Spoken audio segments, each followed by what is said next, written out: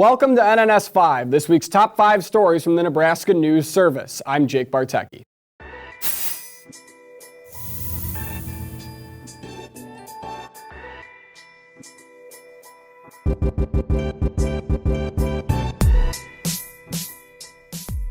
Senator Terry McKinney of Omaha introduced a bill to the Nebraska legislature that would raise the minimum wage by $1 each year until 2032. McKinney said raising the minimum wage to $20 is essential to protect Nebraskan workers. Senators heard testimony on the bill Monday, March 8th. Supporters said the bill would help keep Nebraskan workers from leaving the state for better pay. Those opposed to the bill said businesses would not be able to keep up with the higher costs that come with raising the minimum wage. The Judiciary Committee heard another bill regarding marijuana legislation this week, Legislative Bill 74, the adoption of the Medical Cannabis Act, which would allow the use of medical cannabis for qualifying patients. The bill would legalize medical marijuana, allowing patients to have no more than 2.5 ounces in their possession at a time. The bill includes language about how medical marijuana could be consumed, details about qualifying medical conditions, protections for insurance companies and employers, and allowances for counties to determine whether to allow medical dispensaries within their limits. The 2-hour hearing included testimony from both sides of the issue. Proponents of the bill cited clinical dependence and medical benefits for those suffering from seizure disorders, particularly children. Opponents said legalizing marijuana for any purpose, including medical use, poses risk to the health and safety of Nebraska residents. Concerns about correct dosage increases in criminal activity and recreational drug abuse. Governor Pete Ricketts, who did not testify on Wednesday, has always been a staunch opponent of legalization of cannabis in any form.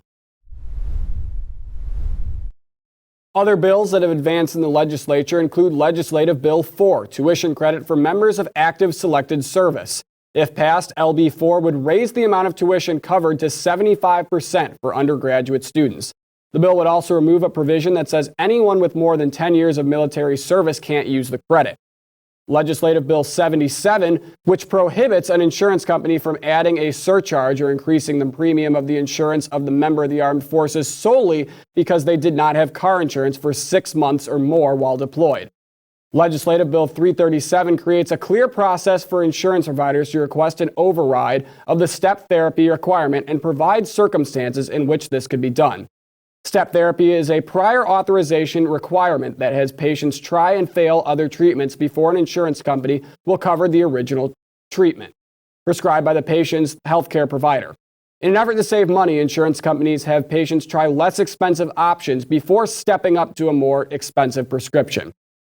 Legislative Bill 442, which would create a 14-member commission on Asian American affairs comprised of individuals with Asian ancestry. This board would promote legislation that benefits Asian Americans in Nebraska and update the governor's office on the well-being of the state's Asian American community. The 2021 University of Nebraska-Lincoln Winter Lecture Series concluded its 4-part series, Pandemics Old and New, on March 7th. Dr. Sharon Stuhlman, a pediatric medical physician at Children's Hospital in Omaha, presented Sorting Through Racial Disparities in COVID-19. Stuhlman discussed how racism, both past and present, has affected minorities during the pandemic.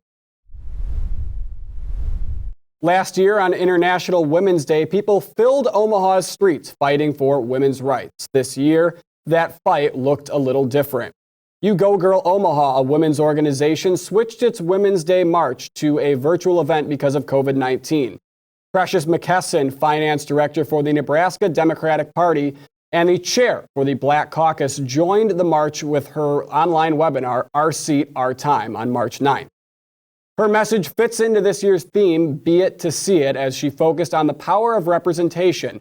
She discussed how women can elevate their voices in politics, so rather than just having a seat at the table, they actually own their seat.